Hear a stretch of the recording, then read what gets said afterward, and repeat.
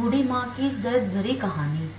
3 साल हो चुके थे बेटे को अपना घर छोड़कर विदेश में बसे हुए। इन 3 सालों में बूढ़ी माँ और ज्यादा बूढ़ी हो गई थी। 75 वर्ष की उम्र में सुलोचना देवी की याददाश्त काफी कमजोर होती जा रही थी। उन्हें रोजमर्रा की चीजें याद न रहती, लेकिन जो उन्हें हमेशा याद रहता वह था उनका बेटा। दिन हो या रात, एक पल भी ऐसा न होता जब उन्हें अपने बेटे की याद न आती। दूसरी तरफ बेटा था जो साल भर में एक आध बार अपनी माँ को फोन कर लिया करता और 1-2 मिनट से ज्यादा बातें भी न किया करता। फिर भी वह बूढ़ी माँ टकटकी लगाए अपने बेटे का इंतजार करती रहती। एक दिन बेटे का विदेश से फोन आया। हेलो हेलो, सुन रही हो ना माँ? अनिल बोल रहा हूँ, तुम्हारा बेटा। कैसी हो माँ? मैं ठीक हूँ बेटा, तुम बहू और मेरा पोता कैसा है? माँ ने पूछा। सब अच्छे हैं माँ, मैं अगले हफ्ते गांव आ रहा हूँ माँ तुम्हें लेने। अब हम सब साथ में ही लंदन में रहेंगे माँ। तुम्हारी बहू कह रही थी माँ को यहाँ पर लेकर आओ, और बेचारी अकेली वहाँ परेशान होती होगी। बेटे ने कहा। माँ की बूढ़ी सूखी आंखें आंसू से भीग गई। उसके कमजोर शरीर के नस नस में खुशी की लहर दौड़ गई। बेटे और बहू का अपने प्रति प्रेम देखकर माँ का मन खुशी से भर आया। बेटे ने आगे कहा, माँ तैयार रहना, मुझे ज्यादा दिन छुट्टियां नहीं हैं। जिससे जितने पैसे लेने हैं लेकर रखना, तब तक मैं प्रॉपर्टी डीलर से बात कर लेता हूँ घर के लिए। माँ ने पूछा। हाँ माँ, गांव का घर हमें बेच देना पड़ेगा। अब हम साथ में ही रहने वाले हैं तो वहाँ पर घर रखने का कोई मतलब नहीं है माँ, बेटे ने कहा। बुढ़ापे की वजह से ठीक से चलने में असक्षम माँ ने पूरे मोहल्ले में घूम घूम कर अपनी इस खुशखबरी को सबको सुनाया। सभी को खुशी हुई। सबको लगा माँ जी के आखिरी दिन अपने परिवार के साथ खुशी से बीत जाएंगे। घर वापस आकर माँ ने अपने घर के कोने कोने को ऐसे देखा जैसे वह अपने दूसरे बेटे को देख रही हो। देखे भी क्यों ना, उस घर को अपने बेटे से कम थोड़ी समझा था।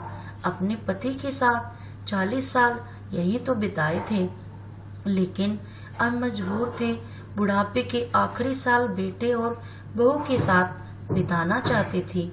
दिल पर पत्थर रखकर घर बेचने के लिए माँ तैयार हो गई। आनन फानन में बेटे ने घर को आधे दामों पर बेच दिया। माँ ने ज्यादा नहीं, लेकिन जिन चीजों से दिल लगा था उन चीजों को समेटा और बेटे के साथ टैक्सी में बैठकर एयरपोर्ट के लिए चली गई। एयरपोर्ट पर जाकर बेटे ने माँ से कहा, माँ तुम यहाँ बेंच पर बैठो, मैं सामान और बोर्डिंग पास की जांच कराकर आता हूँ।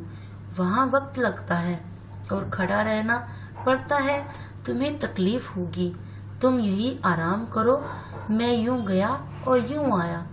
माँ बेंच पर बैठ गई और बेटा अंदर चला गया। काफी समय हो गया, बेटा वापस नहीं लौटा। माँ सोचने लगी, ज्यादा भीड़ होगी इसलिए देर लग रही होगी। अंधेरा होने को आया। अब तो लोगों की चहलकदमी भी कम होने लगी। माँ को अब चिंता होने लगी।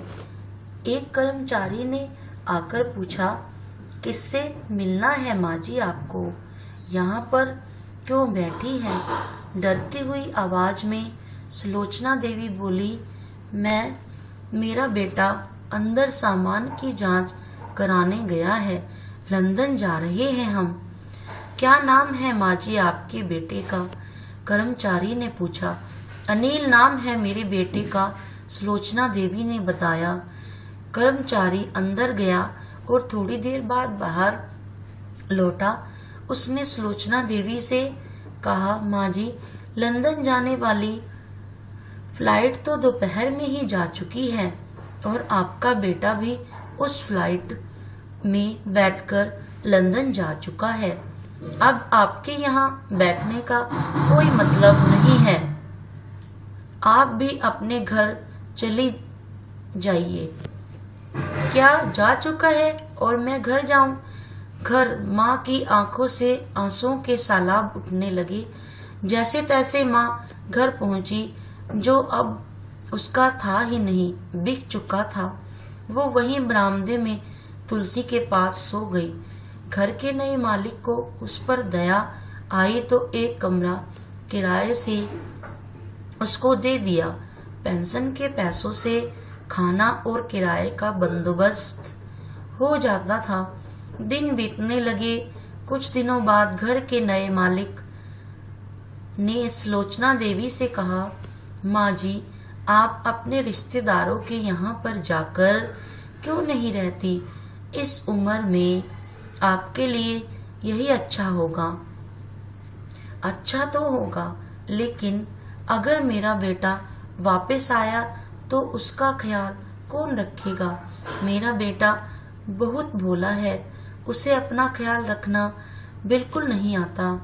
मैं कहीं नहीं जाऊंगी, क्या पता कब उसे मेरी जरूरत पड़ जाए। माँ ने कहा। दोस्तों, सच बता रहा हूँ, माँ की ऐसी बातें सुनकर मेरी आंखों में आंसू आ गई। किसी ने सच ही कहा है, पूत कपूत हो सकता है, लेकिन माता कभी कुमाता नहीं होती। दोस्तों, आप सभी से हाथ जोड़कर विनती करती हूँ, अपने माता पिता के जितनी हो सके सेवा करना, उनके साथ कभी बुरा बर्ताव मत करना। Thank you so much. अगर पसंद आए तो लाइक जरूर कीजिएगा।